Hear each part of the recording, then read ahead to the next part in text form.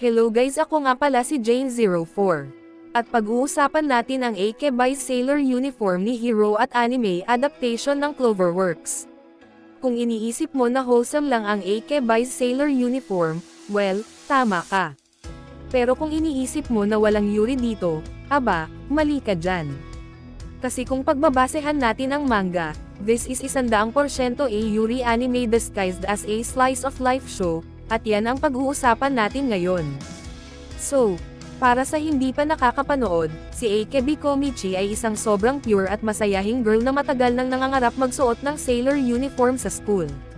Nung natanggap siya sa isang prestigious academy, akala niya finally matutupad na yung dream niya. Kaso, siya lang pala ang naka-sailor uniform sa buong school. Pero hindi yun ang mahalaga, ang mas mahalaga ay kung paano siya makakahanap ng special connection sa mga bagong kaklase niya. And trust me, special talaga. Kung sa anime lang, parang friendship lang lahat ng ito. Pero kung binasa mo ang manga, girl, ito'y Yuri as hell. May sobrang daming intimate moments na hindi mo pwedeng tawaging friendship lang. Like, sino bang friend ang pupunta ng hating gabi para lang makasama siya? Sino bang friend ang sobrang titig mo sa labi habang nag-uusap kayo? Hindi mo ako manloloko, Akebi. At syempre, hindi lang storya ang selling point nito. Visually stunning ang animation, Cloverworks really said, gagawa kami ng masterpiece.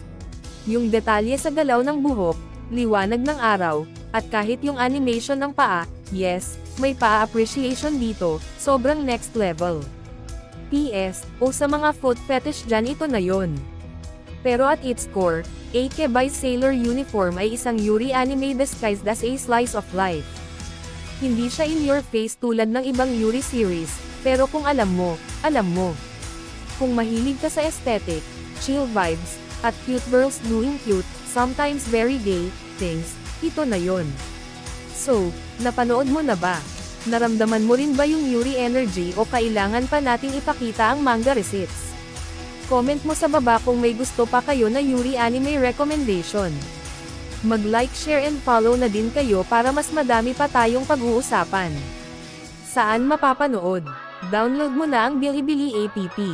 Nasa comment section o kaya naman check mo ang kanilang website, alam mo na gagawin mo. Kita-kits sa susunod.